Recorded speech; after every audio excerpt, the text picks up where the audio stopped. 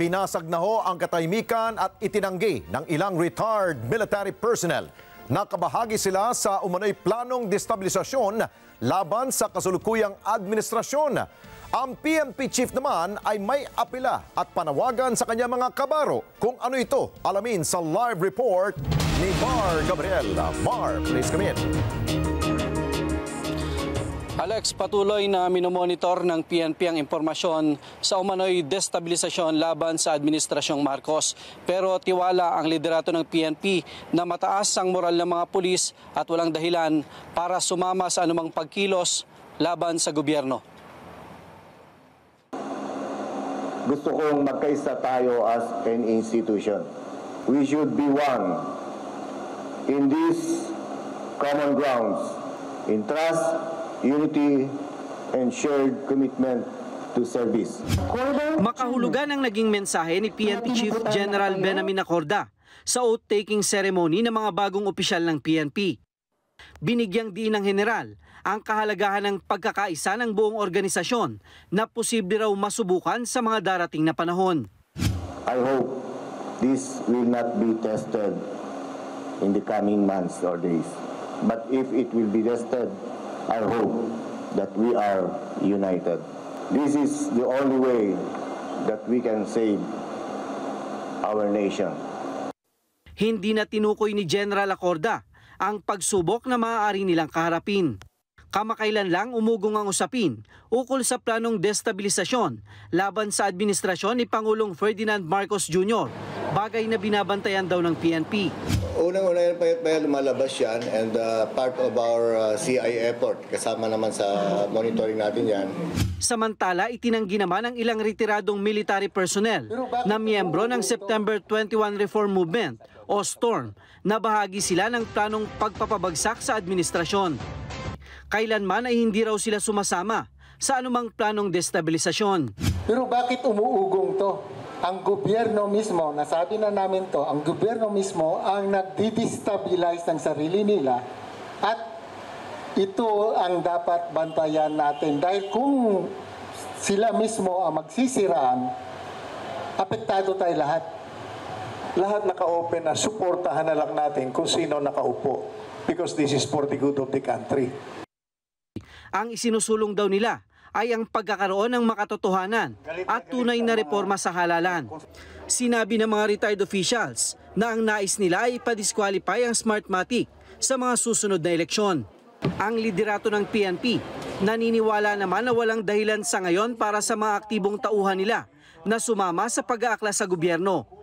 Agad naman daw na natutugunan ang ilang issue, gaya na lang ng Military and Uniform Personnel Pension o MUP na ikinadismaya ng ilang nasa serbisyo. All these issues are properly addressed and there is no reason para magiging demoralized or for the PNP members na maging aktibo or mag-participate sa mga destabilization. Alex, bukas nakatakdang bigyan ng testimonial parade and review sa Philippine Military Academy dito sa Baguio City. Itong si General Acorda na nakatakda ng magretiro ngayong Disyembre. At kasama sa mga abangan natin dyan yung magiging talumpati ng general sa harap nitong mga kadete ng PMA na magiging future officers ng hukbong sandatahan. Alex? Okay, Mar, bukod sa kanyang apela, sa kanyang mga kabaro ni PNP Chief, wala ba siyang gagawing loyalty check na madalas namang ginagawa noon kapag may mga ugong-ugong, may mga ganun pong alingas-ngas? Alex, kasama na yan dun sa isinasagawang CI, yung counterintelligence effort ng PNP. Kaya nga may yung pinangungunahan yan ng counterintelligence division nila. Inaalam dyan kung meron bang mga kasamahan nila na posibleng mahikayat nitong mga nagpaplano umano ng destabilisasyon. Pero sa ngayon, wala namang kumpirmasyon, Alex, kung talagang merong mga nagpaplano na grupo ng pag-aaklas laban sa gobyerno. Ang tinitiyak sa atin ni General Acorda sa ngayon ay mataas ang moral ng mga pulis at yung mga issue na yumayanig sa kanila kamakailan ay nasasagot naman daw, kaya kumpiyansa sila na walang sasama o maihikayat sa kanilang hanay sa pag-aaklas laban sa gobyerno. At panghuli, Mar, bagamat meron ng pagtanggi dito sa isang grupo ng mga retired general, ang tanong, Yan bang grupo na yan united sa iba pang grupo ng mga retired generals?